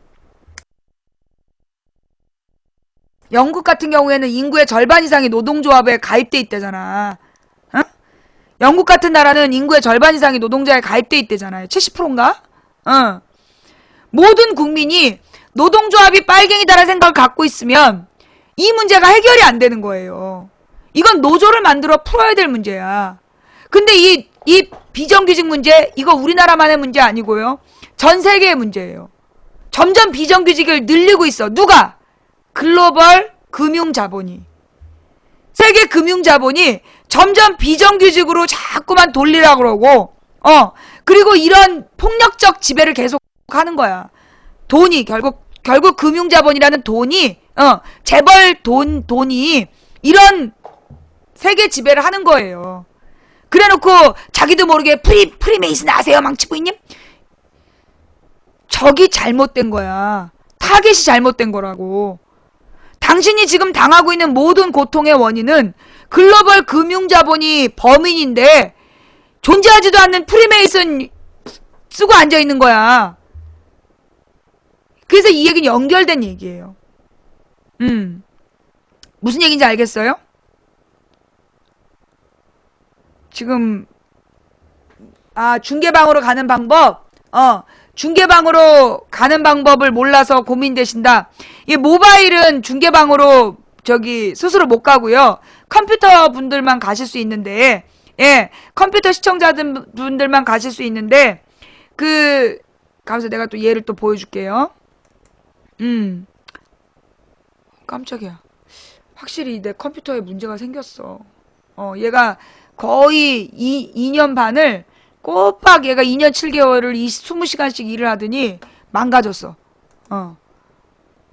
시청하기를 눌러도 화면이 까맣게 꺼지고, 이게 뭐가 바이러스가 들어와 있는 건지 좀비 PC가 된 건지. 자, 무슨 얘기냐면요. 여러분이 이제 방송 리스트, 여러분이 방송을 보실 때요. 방송을 보실 때 가령 이제 아프리카에서 시청하기를 누르실 때 보통 이렇게 파란색으로 시청하기 누르시잖아요. 그죠? 요 시청하기를 누르시면 2.0 버전으로 보시는 거예요. 2.0 파란색으로 이렇게 연두색 옆에 나란히 있는 시청하기는 2.0 버전으로 보시는 거예요. 그러면 동시에 여러 개의 방송을 보실 수 있어요. 잠깐만요. 동시에 이제 여러 다른 방송이랑 같이 볼 수 있는 게 요 파란색 시청하기 2.0. 근데 이 2.0 버전의 문제점 뭐다? 여러분의 컴퓨터가 후지다라면, 여러분 컴퓨터가 사양이 좀 안 좋으면 버퍼링이 굉장히 많이 일어나요. 그럴 때 바로 밑에 설치형 플레이어를 클릭하시면, 설치형 플레이어 시청하기를 클릭하시면 요런 형태로 이렇게 이제 방송 리스트와 채팅창과 이 화면이 전부 다 분리가 되는 요런 설치형으로 보실 수가 있어요. 그럼 이제 이 설치형의 특징은 뭐냐 하면, 방송 리스트에다가 이렇게 이제 망치 부인을, 방송 리스트를 잘라서 아무데나 갖고 다닐 수 있어. 망치 부인 이렇게 검색을 한 다음에 보시면 방이 2개 나와요. 그러면 318호실을 화면을 클릭하시면 중계방으로 이동이 되는 거예요. 중계방으로 이동이 되고, 모바일은 이동 못해. 모바일은 자동으로 빼. 그러니까 모바일로는 중계방 이동이 안 되고 컴퓨터 시청자들만 이동이 된다라는 거. 이렇게 이제 중계방으로 이동하시는 방법이 있다. 그 다음에 또 하나 비밀을 알려드리면, 지금 이 방송을 보시면서 이제 채팅을 하실 때 채팅 글씨가 잘 안 보인다 이런 분들 계셔요. 그죠? 채팅 글씨가 너무 작아서 좀 안 보인다. 내가 노안인데 좀 그렇다. 그러실 때는 마우스를 채팅창에다 갖다 대시고 그 컨트롤을 누르고요. 마우스 휠을 모니터 쪽으로 돌리시면 화면이 확 커져요. 글씨가. 모니터 쪽으로 돌리시면 글자가 확 커지고요. 반대로 내 쪽으로 돌리시면 글자가 다시 작아져요. 예. 그래서 컨트롤을 누르시고 마우스 휠을 조정하시면 글씨 사이즈를 조정하실 수 있다라는 거고요. 그 다음에 여기 보면 이제 설정이라는 게 있어요. 채팅창 설정. 이 설정을 누르시면 여기서 닉네임 변경 이걸 누르시면요. 여러분 지금 영어로 된 아이디하고 한글로 된 닉네임하고 구분이 돼요. 근데 어떤 분은 똑같아. 아이디하고 닉네임 똑같은 분들 있어. 닉네임 변경할 줄 몰라서 그래. 닉네임 변경 누르시고 여러분이 닉네임을 바꾸시면 한국말로 바꾸시면 우리가 불러주기가 참 쉽겠죠. 그죠? 예. 자, 방송 리스트에서 망치부인 검색하면 방 2개 나오고 그 중에 숫자 적은 방으로 컴퓨터는 이동할 수 있다. 그리고 채팅창 글씨 크기 조정이 가능하다. 그 다음에 설정을 누르면 닉네임 변경이 가능하다. 예. 자, 어서와. 별일 없었어?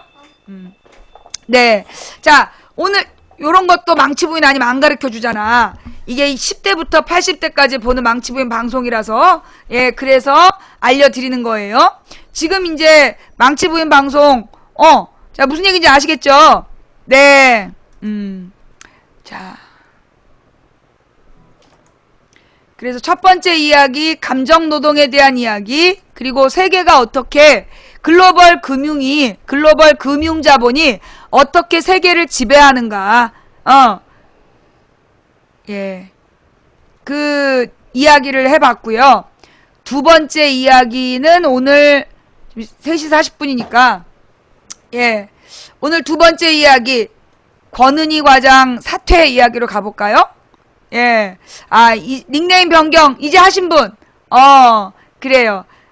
어째, 괜찮아요? 마음에 드세요? 네. 재밌죠? 이렇게 글자 크기 키우는 방법도 알려드리고, 고맙죠? 망치부위만 가르쳐 주는 거야. 코케이님 팬가입 감사하고요. 해삼소주님, DCC님, 그 다음에 시끄러슈님, 감사합니다. 네. 네. 그리고 웬만하면 영어 닉네임보다는 한국말로 닉네임을 만들어 주셔야 제가 부르기 쉬워요. 선달래 얼마나 멋있어요? 예.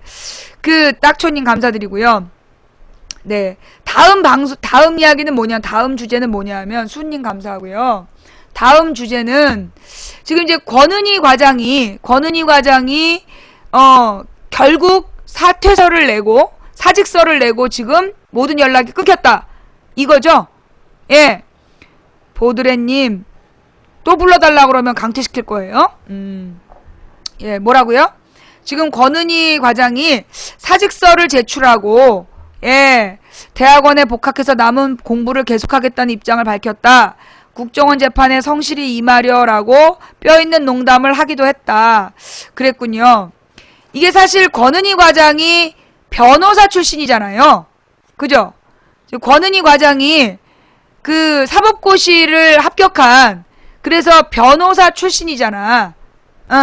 그러니까 이게 경찰을 그만둬도 변호사는 살아있는 거잖아요. 그죠? 변호사 자격증은 살아있는 거고, 지금은 경찰 신분이기 때문에, 현재 경찰 신분이기 때문에, 소위 경찰청의 지시나 정부의 압력으로부터 자유로울 수가 없었단 말이야. 그죠? 그런데 이제 사직서를 냈으니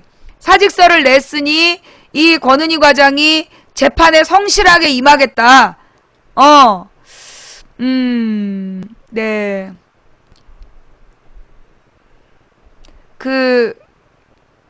각오들 하는 게 좋은 상황이 벌어지겠죠? 예. 선달래님 팬도 가입하셨네요. 감사하고요. 제가 볼 때는 이 권은희 과장이 사퇴를 했던 이유는 내가 볼 때 지금 2심에서도 김용판이 저기죠? 무죄 받았죠? 1심, 2심에서 김용판이 무죄 받았잖아요. 그러면 이건 3심도 무죄 나온다는 얘기야. 대법원에서. 그래서 사직을 결심했을 거라고 봐. 첫 번째는 그 김용판이 1심, 2심에서 둘 다 무죄가 나왔다면 이건 3심에서도 똑같이 무죄가 나온다는 얘기고, 그러면 김용판 쪽에서 지금 권은희 과장을 그 명예훼손이니 뭐니 이걸로 고소할 거 아니야. 그죠? 그랬을 때 자유로운 위치에서 싸우는 것이 더 나을 수도 있어. 그러니까 권은희 과장이 그 1, 2심이 무죄 나오는 걸 보고 아 이제는 전쟁이다 그런 마음으로 그만뒀을 수도 있고요. 예, 그래서 사직서를 냈을 것이고, 아마도 그 이외에는 그동안에 얼마나 괴롭혔겠어. 당연히 권은희 과장이 그만두기를 바랬는데 권은희 과장이 1심 판결 난 다음에 자기는 끝까지 저기 지켜보겠다 그랬잖아. 근데 2심도 무죄가 나면 3심도 무죄가 나. 그러니까 이 사람이 더 이상은 이 재판을 기다릴 게 없다. 그래서 이제 그 사직서를 내고, 그리고 이제 앞으로 벌어질 일에 대해서 스스로 감당하겠다 이런 마음이 있는 것 같은데, 사실 권은희 과장 문제에 대해서 국민들이 많이 잊어버렸잖아요. 최동욱, 윤석열, 권은희, 그 다음에 또 누구였지? 무슨 검사도 있었는데 벌써 나도 이름 잊어버렸다. 이런 사람들이 소위 이 박근혜 정권의 이명박 정부 때 국정원이 선거 개입을 했고 박근혜 정부의 이 선거법 위반이라는 그 항목을 씌워서 기소했던 사람들이잖아. 박형철 검사. 박형철 검사. 그래서 이 최동욱, 윤석열, 박형철 전부 잘리고 딴 데로 막 보내졌잖아요.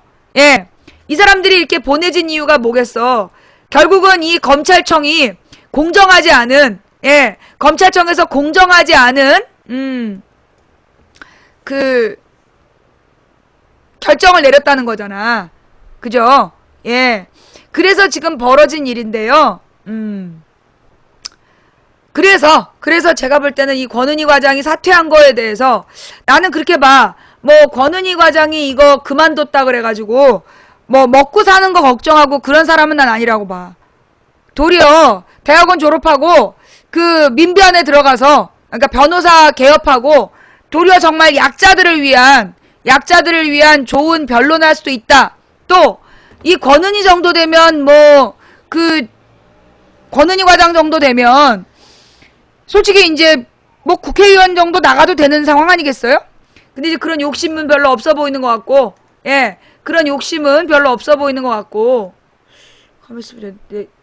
보니까 내 컴퓨터가 지금 2개인데 둘 다 공격을 당했어. 컴퓨터가. 이게 지금 회선이 다르거든요. 통신사 회사가 다른데 컴퓨터가 회선이 아까 내 이 하나의 컴퓨터 회사가 지금 방폭이 됐잖아. 근데 이번에는 그 시청하고 있는 컴퓨터가 지금 공격당해가지고 플레이어랑 아프리카 사이트 전체가 다 다운돼 버렸어.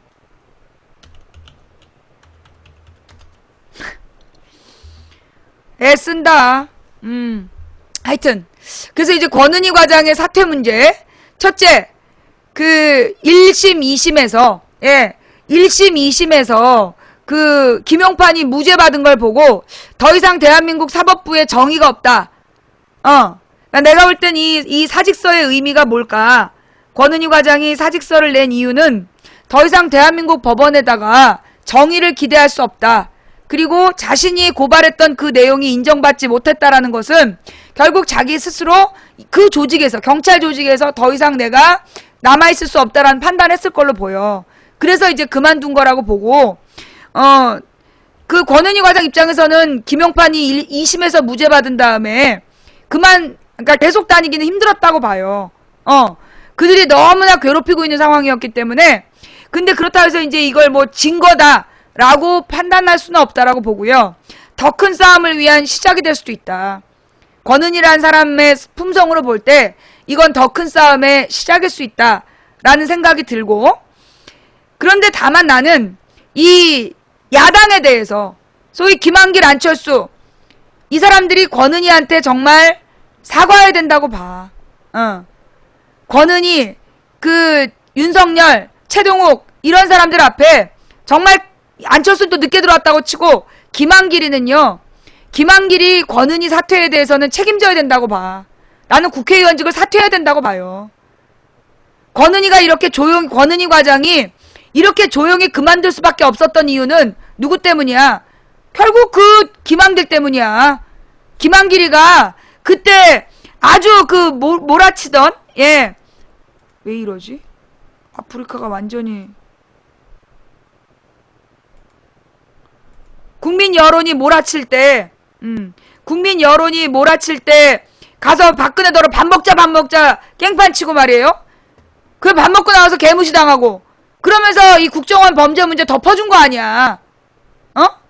나는 권은희 과장이 사퇴한 거에 대해서 나는 김한길이 책임을 묻고 국회의원직 사퇴해야 된다고 봐. 김한길 지지 기반이 전북이라고 누가 그래요? 시대의 징표님 누군지 알겠어. 어제부터 계속 헛소리를 하더라. 시대의 징표님 내가 못 알아볼 줄 알았지. 코자카 23 판교 09 이제 새로운 아이디를 가지고 와가지고 지금 들이대면 내가 모를 줄 알았어? 님의 채팅엔 언제나 님의 코자카의 냄새가 나. 아우 내가 미치겠어 진짜. 코자카 23 당원 판교 09 항상 냄새가 나 냄새가. 이 코자카 23님이 누구냐면 망치부인 방송의 최다 블랙리스트 보유자야. 블랙리스트에 1년에 3번씩 꼭 걸렸어. 아이디 3개로. 그 지금 내가 코자카 23하고 판교 09를 이제 블랙을 걸어놓고 적당히 하길 바랬는데 또 엊그저께부터 계속 시대의 징표란 이름으로 누가 헛소리를 하는 거야. 저 뭐지? 에이 진짜. 알바는 아니고 댓글 부대는 아닌데 좌지간 좀 그래. 그러면서 맨날 이렇게 그 똑같은 얘기 반복적으로 하는. 자, 아마 내가 이제 2만 명을 다 채우기 전에는 블랙리스트 안 풀 거기 때문에 나한테 그 쪽집어도 소용없어. 자, 그래서요. 김한길이 나는 권은희 과장의 사퇴는 김한길이 책임져야 된다. 이 김한길이 권은희를 지키지 못했다. 윤석열도 최동욱도 박형철도 그리고 권은희까지 지키지 못한 건 김한길 책임이라고 봐. 원래 박근혜와 그 정부의 또라이들은 또라이야. 근데 그 또라이로부터 국민을 지켜야 되는 역할을 야당 대표가 했어야 됐는데 김한길이 전혀 안 했다. 그러니 나는 권은희 사퇴에 대해서 김한길이 책임져야 된다라고 봐요. 내가 이렇게 얘기하면 김한길 지지자들이 와갖고 나한테 쌍욕해. 지금부터 누가 나한테 쌍욕하나 봐봐. 걔네가 김한길 지지자들이야? 근데 딱 쌍욕하는 수준이 꼭 국정원 수준이야. 쌍욕하는 수준이 딱 국정원 수준이야. 국정원 직원 수준의 그 악플을 다뤄. 김한길 지지자들이. 참 그게 궁금해. 그래서 꼭 2년 아직도 이런다는 둥. 국정원이 김한길을 보호하나 봐. 예.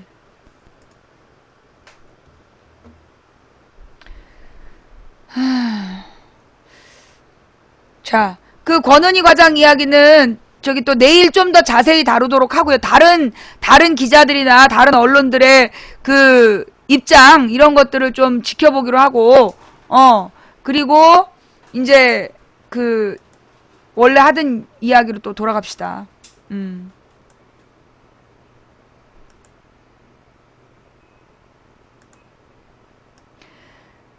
내가 세월호 문제가 처음 터졌을 때 이 세월호 문제는 비정규직과도 연관된 문제다 했던 거 혹시 기억나세요, 여러분?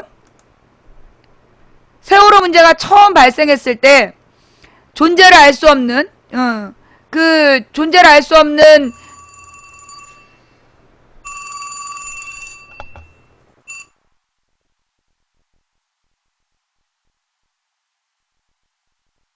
최저임금에 유급 주휴 수당을 포함시키는 MB정부의 최저임금 부풀리기 꼼수가 박근혜 정부에서도 이어지고 있다는 사실이 확인됐습니다.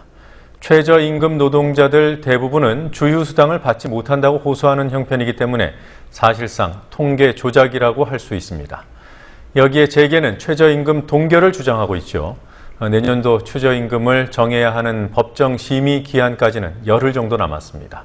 김현주 PD가 취재했습니다. 올해 고등학교를 갓 졸업한 강태희 씨는 부모님으로부터 경제적으로 독립하기 위해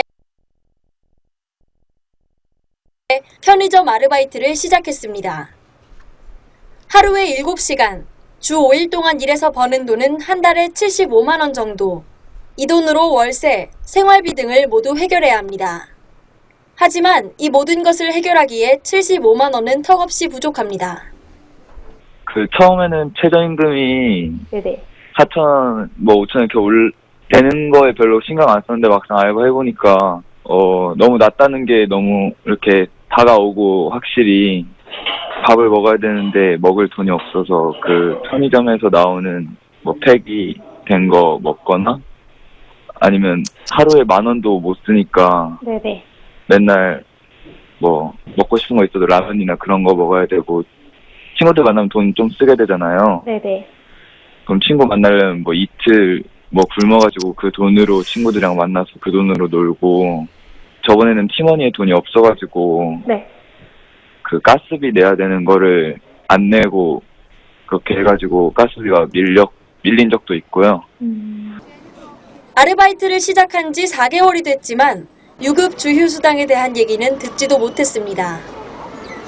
예, 아직은 안 했어요. 그러니까 처음에 알바를 시작하게 될 때 예. 이런 돈을 받을 수 있다거나 아니면은 그런 걸 알려준 적이 없는 거예요? 예, 그런 거 알려준 적이 없어요. 노조 가입하셔야 알았어요. 어차피 줘야 되는 돈이긴 하니까, 근데 뭔가, 그런 인간관계에서 약간 그런 게 틀어질까봐 꺼내기가 좀 그렇더라고요. 강군처럼 많은 노동자들은 최저임금으로 받아야 할 수당도 제대로 받지 못한 채 일하고 있습니다.